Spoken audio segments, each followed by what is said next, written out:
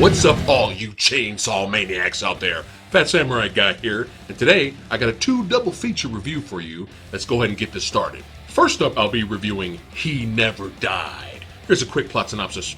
Jack, a social outcast, is thrust out of his comfort zone when the outside world bangs on his door and he can't contain his violent past.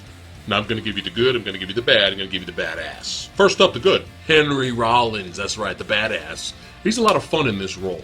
His performance is a combination of, I just lived too damn long, mixed with a little bit of, look, just leave me the fuck alone. His character just doesn't give a shit. It's almost like he's on autopilot every day. I also enjoyed his daughter, waitress that kind of has the hots for him. The story is solid and interesting enough. You want to see where his character ends up and find out who or what is he. And there's definitely some pretty good dark comedy in this movie as well.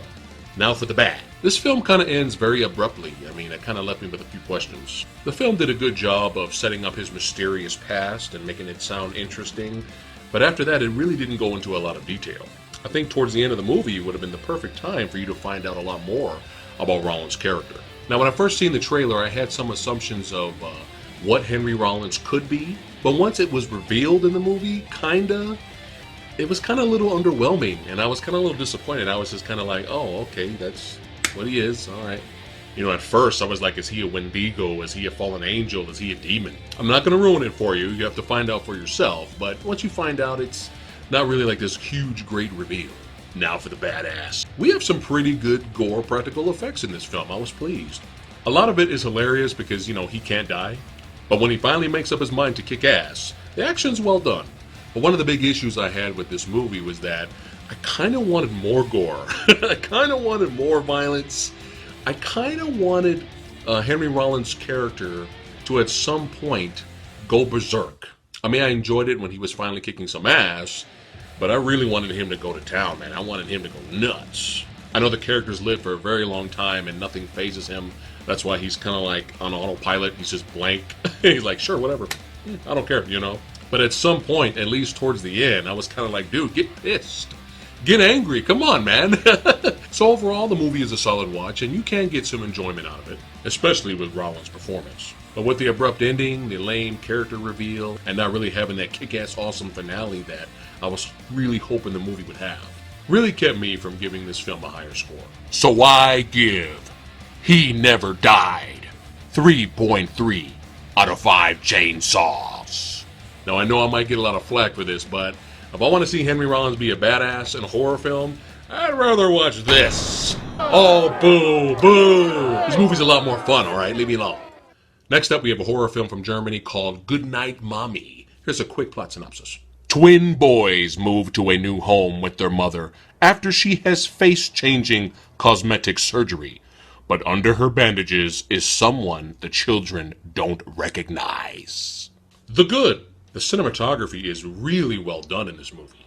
The film has some very unsettling but beautiful imagery. The director does a great job of keeping you curious and uncomfortable at the same time. The performances of the mother and her boys are also well done. Now, warning, this is one of those slow burn films, okay, where not a lot is happening, but yet you're interested enough to see what unfolds. You start to ask questions, is that really their mom? Or are the boys out of line for being paranoid? Now the bad. There was a scene that involved the mother wandering into the woods, and it was a very bizarre scene, and I was interested and I was kind of curious, but then by the end of the movie, when things start to be revealed, I went back and thought of that scene, and I was kind of like, well, that was kind of a red herring. That was kind of pointless. Why was that scene even in the movie now? Also, there was a scene that involved 2 Red Cross members that came to visit the house, and I wanted to beat the shit out of these 2 people. I was like, dude, get the fuck out of my house. If that was my house, and they just wandering through the house, it was like very annoying. I know they were there to help build tension. I get it. But it was such a throwaway scene. It was very, very annoying. This is one of those movies that does not explain everything in detail, which may frustrate a lot of viewers, especially those that want to experience a straight by the numbers horror movie tale. This film doesn't hold your hand per se, okay, and wants you to analyze it and come up with your own interpretation of what's going on in the movie. Now, I will not spoil the ending of the movie, but there's definitely going to be 2 reactions. One, you'll be perfectly fine with the ending, and the movie will make you want to go back and watch it again to find out what you didn't notice the first time. Or two, you'll think that this movie's a big boring waste of time, and you'll be flipping it off. Now there is kind of an Easter egg at the end of the movie, where it's an outside shot of the house, and you see people walking around. Look a little bit to the left, and you'll see something. Now, I found it interesting, but that little Easter egg wasn't really necessary, in my opinion, to kind of get the ending. Once you get the ending, you get the ending. So overall, I think Goodnight Mommy is a very well shot, well acted, well edited film.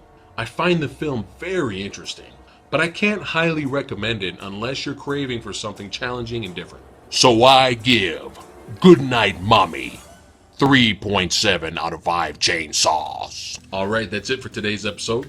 If you have seen both of these films, let me know what you thought about them in the comments below. And I'll see you guys next time. Watch Wrong Turn 2. Like, share, subscribe! Like, share, subscribe!